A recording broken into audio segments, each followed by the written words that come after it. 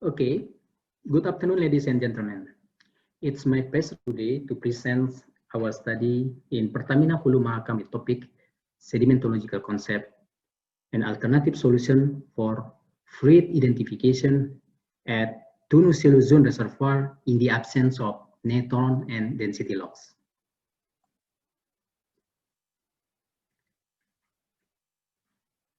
So before start my presentations, first of all, I would like to introduce myself. My name is Supriady, working in Pertamina Hulu Mahakam. My background is geologist. Currently, I have responsible as head of Petrophysics and Operations Support Department since 2017.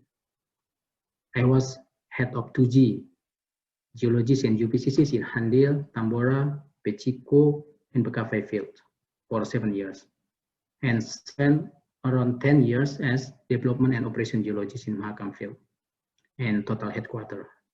In this moment, I inform you also that the study was supported by our sedimentologist in PHM, Mr. Thomas Yunanto Yoga. So this is the agenda of my presentation today. I will start the presentation with introduction of Tunu field, especially Tunu zone. What are the background and the objective of this study? Which methodology used, especially in sedimentological concept? How the application and the result? And the last, not the least, the presentation to be closed by the conclusion. In the right side, we can see the figure that Mahakam PSC is located in East Kalimantan with several fields. But today, our study will focus only in the biggest field, which is Tunu field. Let's go to the introduction of the Tunu field. Left side show you the schematic section of Tunu field. So Tunu field consists of Tunu main zone and Tunu zone.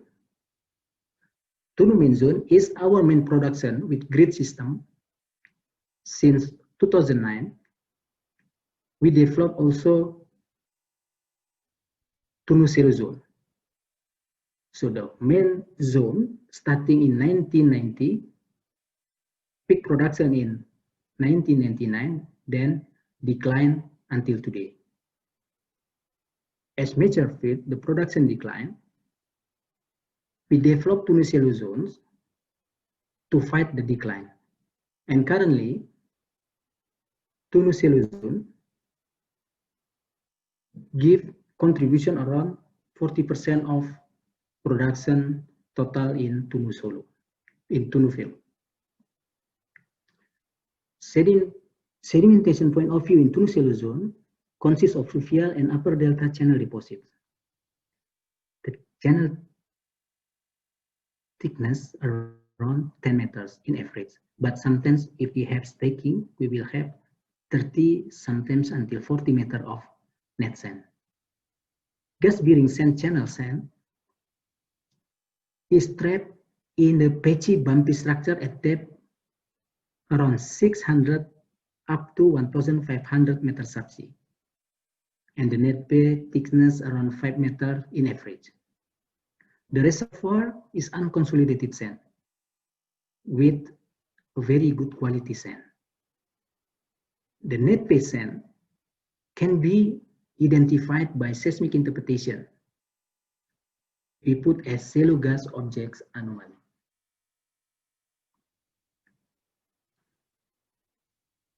What is the background of the study? Lower oil price, higher inclination of drilling trajectory related to the reservoir target far from the production platform. Of course, it will be impact the economy of the well.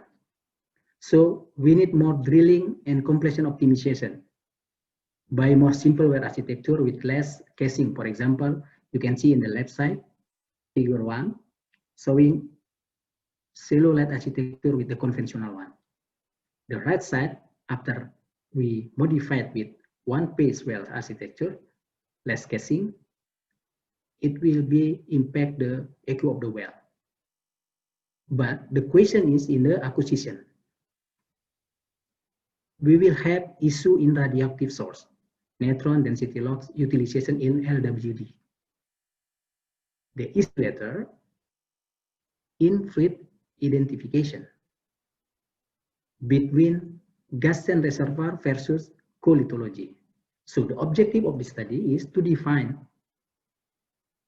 shallow gas reservoir using gamma ray res log only. Anyway, let me explain you when we have complete log standard.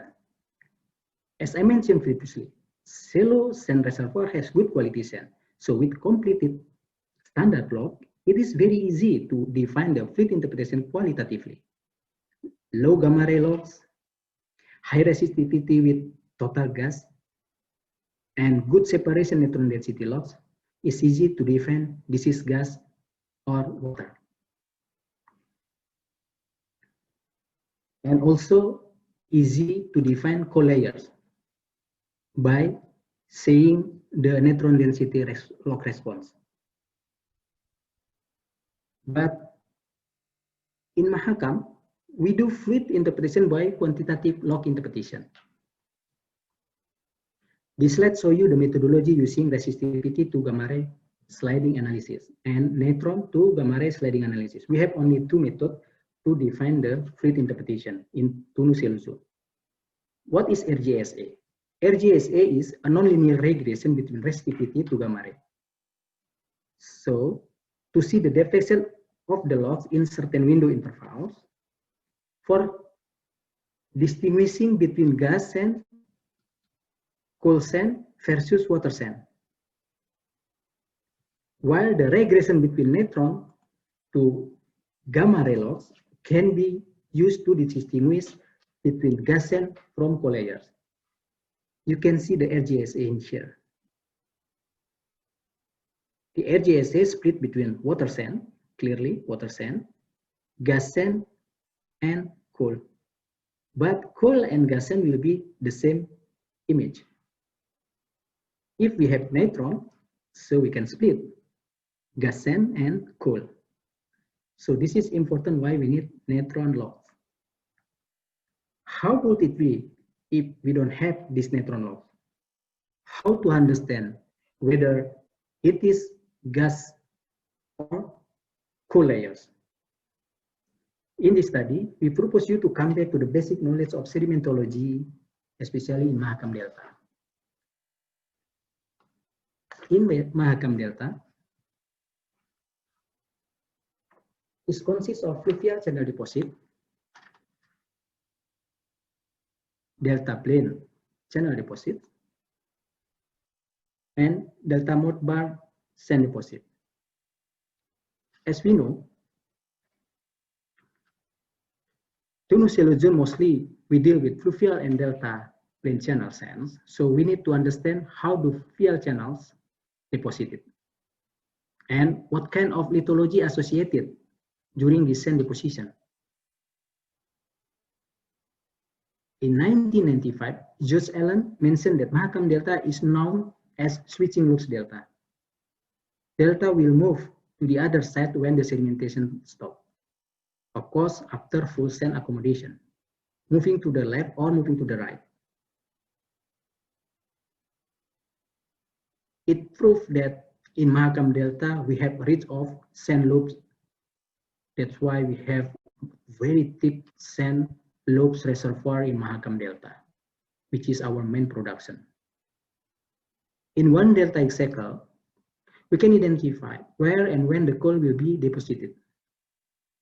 Josh Allen also mentioned that in one deltaic cycle, we'll start with regression period with thick shell pro delta, followed by mode bars in delta front, and finish by distributary channel, sometimes stacking of distributary channel.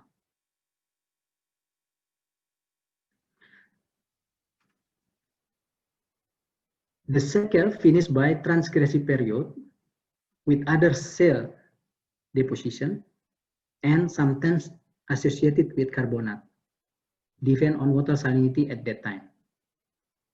Where is the coal deposited? There is a part, what we call immersion surface, which is between the regression and transgressive period.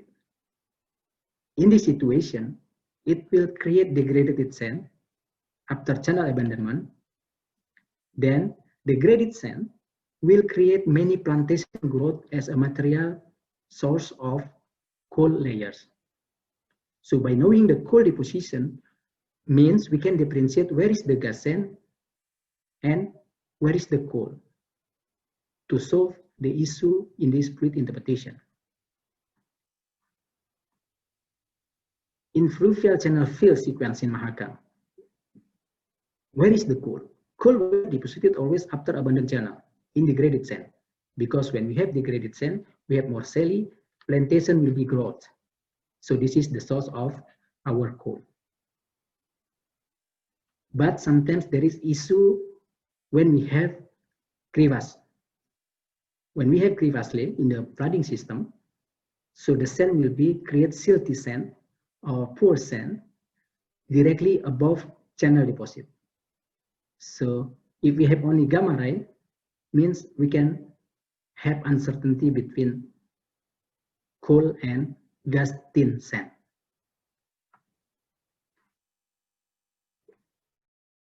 Five layers in this LWD data.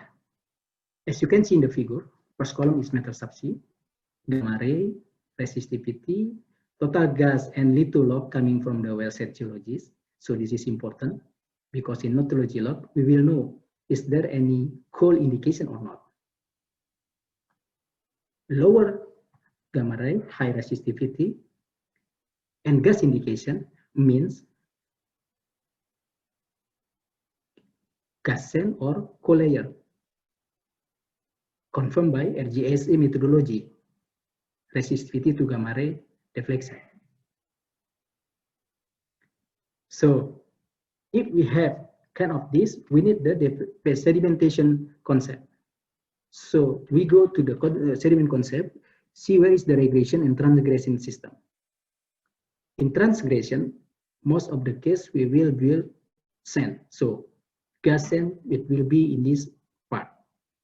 And in transgressive system, we will find abandon of channel, then the plantation will be create coal layers.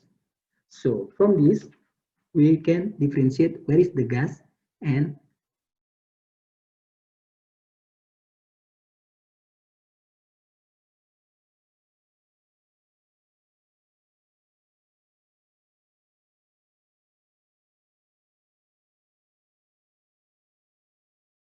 where is the coal.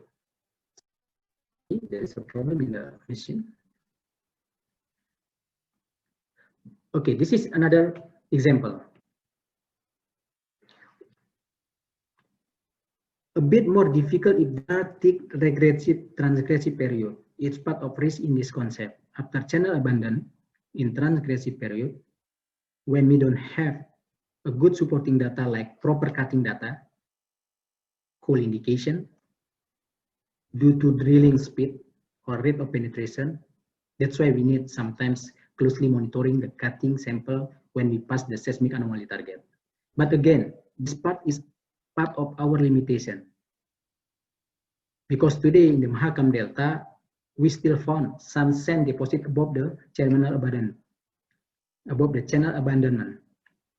due to tidal process in the Delta system. Lambiase and Hussein mentioned it in their study in 2005. They call backfilling sand. Anyway, this is part of our uncertainty. This is, for example, we still differentiate between gas and coal. But if we don't have any cutting showing indication of coal, means there is possibility gas sand. So for this case, we can put this one as possible gas. So what is the result? We perform blind tests in 4 Tunu zone wells. We have 44 objects, and in this study, we give around 78% success ratio. The uncertainty is related to the thin coal layers. or thin gas sand. It could be leafy sands in fluvial sand or backfilling sands in distributary channel. It can be also due to the no clear lithology indication on mud loss or cutting data.